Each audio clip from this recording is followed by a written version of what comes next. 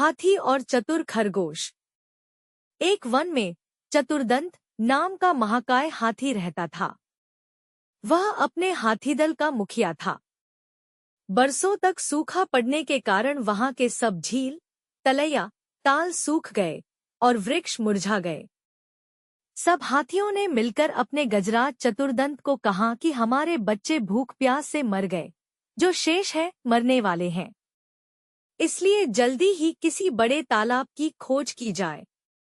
बहुत देर सोचने के बाद चतुर्दंत ने कहा, मुझे एक तालाब याद आया है। वह पाताल गंगा के जल से सदा भरा रहता है। चलो वहीं चलें।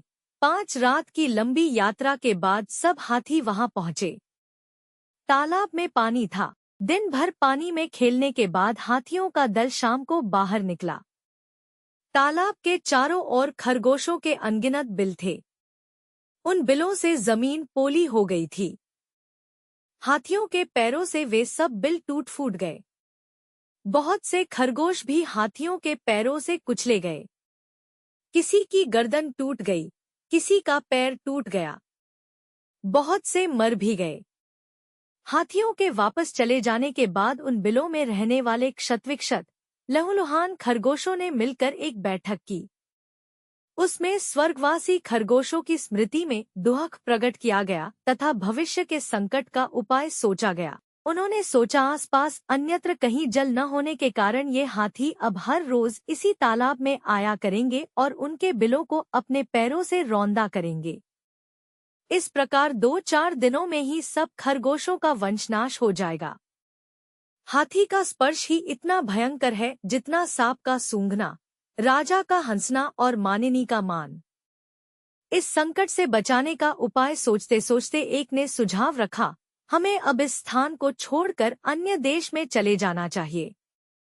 यह परित्याग ही सर्वश्रेष्ठ नीति है। एक का परित्याग परिवार के लिए, परिवार का गांव के लिए, गांव का शहर के लिए और संपूर्ण पृथ्वी का परित्याग अपनी रक्षा के लिए करना पड़े तो भी कर देना चाहिए।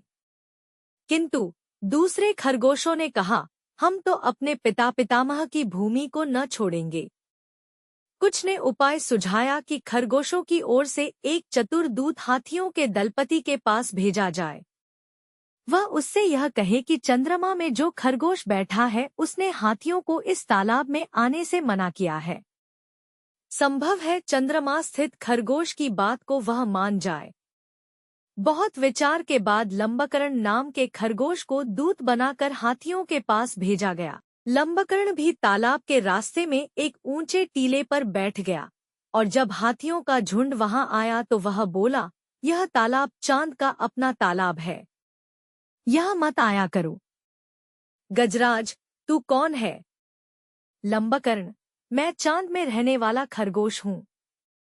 भगवान चंद्र ने मुझे तुम्हारे पास यह कहने के लिए भेजा है कि इस तालाब में तुम मत आया करो। गजराज ने कहा, जिस भगवान चंद्र का तुम संदेश लाए हो वह इस समय कहाँ है? लंबकर्ण, इस समय वह तालाब में है। कल तुमने खरगोशों के बिलों का नाश कर दिया था।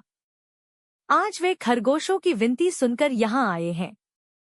उन्हीं ने मुझे तुम्हारे पास भेजा है। गजराज, ऐसा ही है तो मुझे उनके दर्शन करा दो। मैं उन्हें प्रणाम करके वापस चला जाऊंगा। लंबकर्ण अकेले गजराज को लेकर तालाब के किनारे पर ले गया। तालाब में चांद की छाया पड़ रही थी। गजराज ने उसे ही चांद समझकर प्रणाम किया और लौट पड़ा। उस दिन के बाद कभी हाथियों का दल तालाब के किनारे नहीं आया।